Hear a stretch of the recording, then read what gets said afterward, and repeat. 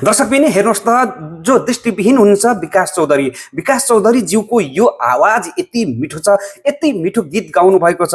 उहाँको सम्मानको लागि एकपटक तपाईहरुले पनि यो भिडियो हेर्नुहोला, उहाँको आवाज सुन्नुहोला। उहाँको सम्मानको लागि यो भिडियो बनाएको छु। एकैछिन आउनुहोस् त, सुन्नुहोस् है।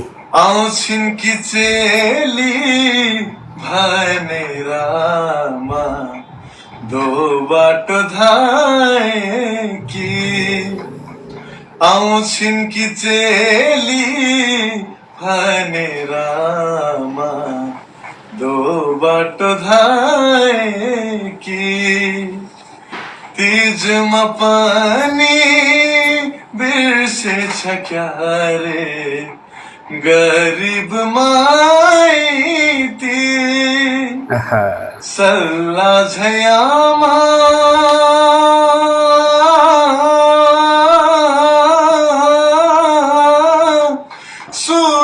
सुसाइरहिन् सल्ला झयामा सुसाइरहिन् एक्लै कोठामा अल्झेछ क्या रे पछ्यौरी तिम्रो चियाको आहा, दर्शकबिन सुन्नुभयो नि है, जो विकास चौधरी उहाँ दृष्टिविहीन हुनुहुन्छ र पनि यति मिठो गीत गाउनुहुन्छ। उहाँको यो आवाजले त साँच्चै नै नतमस्तक बनाउँछ। उहाँको यो आवाजले न्याय पाउनुपर्छ।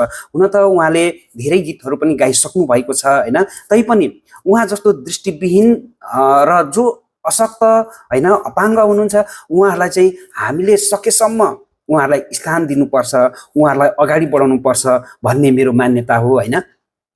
कि विकास चौधरीज्यू, तपाईँ निरन्तर अगाडि बढ्नुहोला। तपाईँको गायन क्षेत्र एकदमै राम्रो छ हैन तपाईको, किनभने आवाज अत्यन्तै मिठो आवाज छ। तपाईले न्याय दिन सक्नुहुन्छ गीत सङ्गीतलाई, तपाईलाई न्याय दिन पर्यो त्यो न्यायालयले।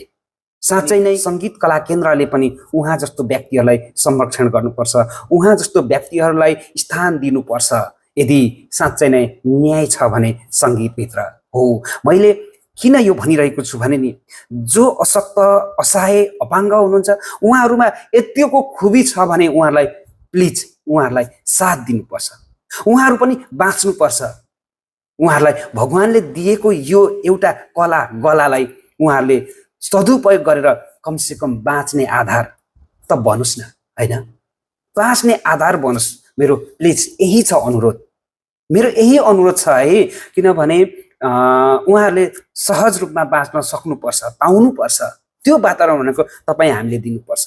हेर्नुहोस् त, यति मिठो आवाज छ, उहाँलाई कहीँ न कहीँ कतै न कतैबाट साथ मिलोस्। म भगवानसँग पनि प्रार्थना गर्दछु र विकासजी तपाईँलाई निरन्तर अगाडि बढ्नु सफल मिलोस्, सफलताको हार्दिक शुभकामना पनि दिन चाहन्छु। र मैले भनिसकेँ, सङ्गीत कला केन्द्रले पनि उहाँहरू जस्तो व्यक्तिहरूलाई स्थान चाहिँ कुनै पनि हालतमा दिनुपर्छ। मेरो बस भन्नु यति हो।